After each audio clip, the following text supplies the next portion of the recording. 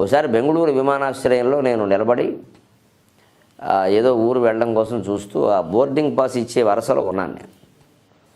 వరుస ఏదో చాలామంది ఉన్నారు, 25 మంది నిలబడ్డారు. ఆవిడ ఏదో కొంచెం 2-3 విమానాలు రద్దు అయినాయి, అందుకని ఎక్కువ మంది నిలబడ్డారు. నా ముందు ఒక ఆవిడ నిలబడి ఉంది. ఆవిడ మంచి పొడుగైన జడ, ఇలా పొడుగ్గా ఉంది. అసలు ఆ పొడుగు జడ చూస్తే మనకి వజ్యాలు ఆగవు. ఇది ఇప్పుడెవరు కనపట్ల, అన్ని కొత్తిమీర అట్లా ఏమున్నాయి కనుక ఉన్న ఊరికలు ఉన్న సరదాలు కూడా పోతాయి.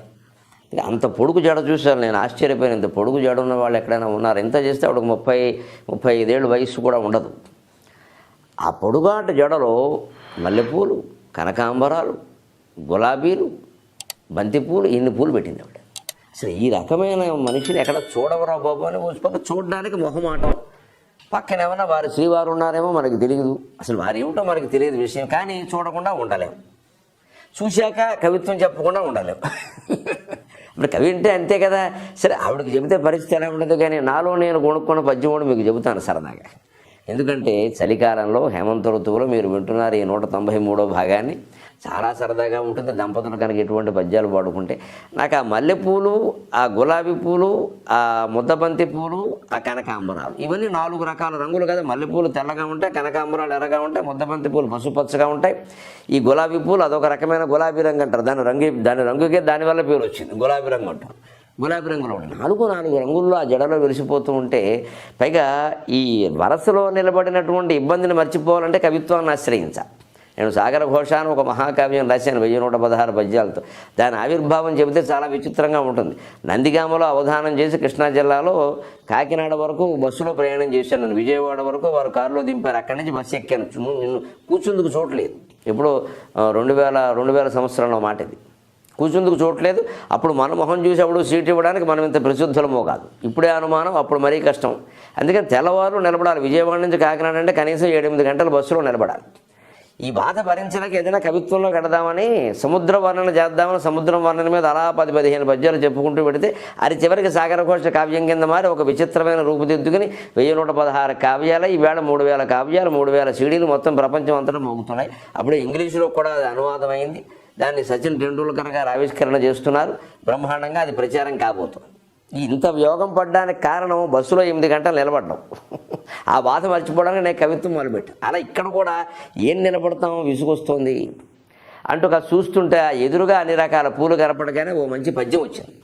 ప్రేమ గుడ్డిది అయిన భామ మంచి దియ్యను నల్ల నిజడలోని మల్లె పూలు.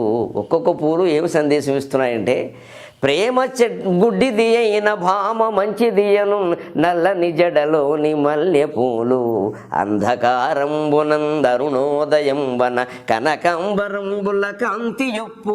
అంధకారంబునందరుణోదయంబన కనకాంబరంబుల కాంతి యొప్పు. పెదవి పైన నెగాదు వెనుకనైనను చూడ ముద్దు ముచ్చటయనన్ ముద్దబంతి. పెదవి పైన నెగాదు వెనుకనైనను గూడ ముద్దు ముచ్చటయను ముద్దబంతి.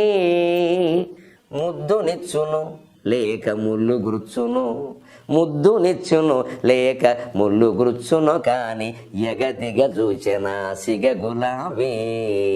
ముద్దు నిచ్చును లేక ముళ్ళు గుర్చును, కాని ఎగదిగ చూచెన సిగ గులాబీ.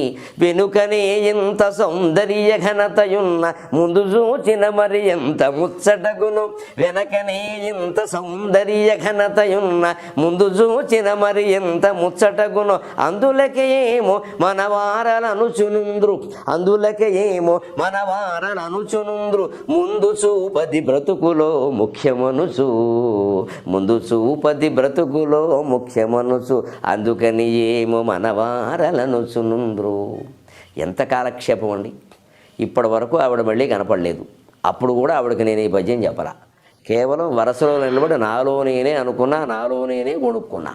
కానీ అప్పటి నుంచి ఇప్పటి వరకు నేను తలుచుకున్నప్పుడల్లా ఆ రూపం, ఆ భావన, ఈ కవిత్వం నన్ను ఎంత మురిపింపజేస్తుంది, మిమ్మల్ని కూడా ఆనందింపజేయడం కోసం చెప్పాను. వ్యక్తులు ముఖ్యం కాదు, వారెవరో మళ్ళీ మనం కలవడం, ఆవిడకి చెప్పడం. ఆ చెప్పిన దగ్గర నుంచి చాలా చికాకులు వస్తాయి. అసలు అది పనికిరాదు, చెప్పకూడదు, చెప్పక్కర్లేదు. అందుకే లలిత కళల్లో కవిత్వం ఎందుకు గొప్పది అంటే, ఎవరి ఆనందంతోనూ నిమిత్తం లేకుండా మన మనస్సులో కలిగిన ఒక మధురమైన భావనతో మనమే ఆనందంలో ఉంటాం. ఆత్మానందానికి బాగా చేరువుగా తీసుకెళ్ళగలిగింది కవిత్వానందం. అందుకే రసానందాన్ని బ్రహ్మానంద సబ్రహ్మచారి అన్నారు. ఇది బ్రహ్మానందానికి సహాధ్యాయి సబ్రహ్మచారి. సబ్రహ్మచారి అంటే క్లాస్మేట్ అని అర్థం. ఎందుకన్నారు అంటే సంగీతం అంటే మనం ఎంత పాడుదామని మనసులో ఆనందించవచ్చు, కానీ ఇంకోటి వింటే బాగుండి అనిపిస్తుంది. పైగా పక్క వాయిద్యాలు ఉండాలి సంగీతానికి, మామూలుగా కంటే పక్క వాయిద్యాలు ఉండాలి. అలాగే నాట్యానికి సరే పెద్ద వేదిక, అమ్మో రంగులు చాలా హడావుడు ఉండాలి. శిల్పానికి పెద్ద గోడ ఉండాలి, ముందు అనుమతించాలి ఆ గోడ మీద చెక్కడానికి శిల ఉండాలి కదా. నువ్వు చిత్రలేఖనం వేయాలన్నా ఓ గొడ్డం కాగితం గోడ ఏదో ఒకటి ఉండాలి, ఏమీ లేకుండా గాలిలో వేయరు కదా. ప్రతిదానికి ఆధారం కావాలి. ఏ ఆధారము లేకుండా అసలు శబ్దాలతో కూడా పని లేకుండా మానసికమైన భావనతోనే ఆనందింపజేయగలిగింది కవిత్వం. ఆ మనోభావానికి కాస్త తర్వాత మెట్టే ఆ మనస్సు రద్దేదే దొరికేదే మోక్షం. అందుకని బ్రహ్మానంద సబ్రహ్మచారి అన్నది. ఇందులో చూడండి ఎంత సరదా అయినటువంటి భావన అల్లగలిగామో. ఆ నిలబడిన శ్రమ మర్చిపోయేలాగా మనసు సమయాన్ని రసమయం చేసుకుంటూ నల్లని జడలోన మల్లెపూలు ప్రేమ గుడ్డిది అయిన భామ మంచిదియను నల్లని జడలోని మల్లెపూలు. సాధారణంగా ప్రేమలో పడినప్పుడు మనం లవ్ ఈజ్ బ్లైండ్ అంటూ ఉంటాం. ఎవరిని చూసి ప్రేమలో పడతామో తెలియదు. ప్రేమ గుడ్డిదే కావచ్చు, కానీ అమ్మాయి చాలా మంచిదని చెబుతున్నాయి. ఎందుకంటే నల్లని జడలో మల్లెపూలు, జడ నల్లగా ఉంది. నలుపును మనం ఏదో చెడుకి సంకేతంగా భావిస్తాం, చీకటికి. మరి మల్లెపూలు తెల్లదనానికి మంచికి సంకేతంగా భావిస్తాం కదా. నల్లని జడలో మల్లెపూలు ఉండగాలేంది, ప్రేమ గుడ్డిదైతే మాత్రం అమ్మాయి మంచిది కాకూడదా అన్నట్టుగా నల్లని జడలో మల్లెపూలు నాకు చెబుతున్నాయి. మరి కనకాంబరాలు ఎర్రగా ఉండేవి ఏం చెబుతున్నాయి, అది కూడా ఎరుపు కాదు, బాలసూర్యుడు రంగులో ఉంటాయి. అంధకారంబునం దరుణోదయం వన కనకాంబరంబుల కాంతి యొప్పు. ఆ నల్లని జడ ఇలా అలాగా గుదిగుచ్చిన అంధకారంలో ఉంది. ఆ గుదిగుచ్చిన అంధకారంలోంచి బాలసూర్యుడు ఉదయిస్తున్నట్టుగా ఈ కనకాంబరం పూల గుత్తి కనిపిస్తుంది. వహంతి సింధూరం ప్రబల కబరీ భారతి మిరద్విషాం బృందైర్బందీకృతమివ నవీనార్క కిరణం. అమ్మవారి యొక్క జడ ఆ కేశపాశం మొత్తం నల్లని చీకటలా ఉందని ఆ సింధూరపు రేఖలోంచి మధ్యలో సింధూరపు రేఖ అప్పుడే ఉదయించిన బాలకిరణంలా బాలసూర్యకిరణంలా ఉందని శంకరాచార్య స్వామి వర్ణించారు. అందుకని అటువంటి భావన అంధకారంలో అరుణోదయంలా ఉందయా అన్నాం. తర్వాత ముద్దబంతి వెనకనై నెనగాదు ముందు పెదవిపై నెనగాదు వెనుకనై నెనుగోడ ముద్దు ముచ్చటయను ముద్దబంతి. ఎంతసేపు ముద్దు అనగానే పెదవి అనుకుంటారు. ఆ పెదవి ముందు వెనకాల కూడా ముద్దు పెట్టుకోవచ్చుయా. ఆ ముద్దబంతి పూలు చూస్తే అలాగే ముద్దు పెట్టుకుని ముద్దు బంతి అన్నట్టుగా ఉన్నాయి. ఇవి పెదవుల మీద కాదు, వెనక ముద్దు పెట్టుకున్నా కూడా ఆనందం. అనసం శృంగార శాస్త్రంలో అయితే స్త్రీకి ఈ వెనక భాగంలో ఈ వీపు ఆ మెడ కింది భాగంలో కనుక పురుషుడు ఒక్కసారి సున్నితంగా స్పృశిస్తే బ్రహ్మాండంగా ఉంటుంది, ఆనందంగా. వాత్స్యాయన కామసూత్రాలను చెప్పారు, ఉన్న భావం చెప్పేసాను, తర్వాత మీ ఇష్టం. అందుకని అలాంటి వెనకనైనా కూడా ముద్దు చాలా మంచిది అని శాస్త్రంలోనే చెప్పారు కదా. ఆ వెనక ముద్దు కోసమే ముద్దబంతి అక్కడ ఉందేమో. ఆ పైన గులాబీ దగ్గరికి వెడదామా అంటే పుచ్చుకుంటుందేమో అని బెంగ, దానికి ముళ్ళు కూడా ఉంటాయి.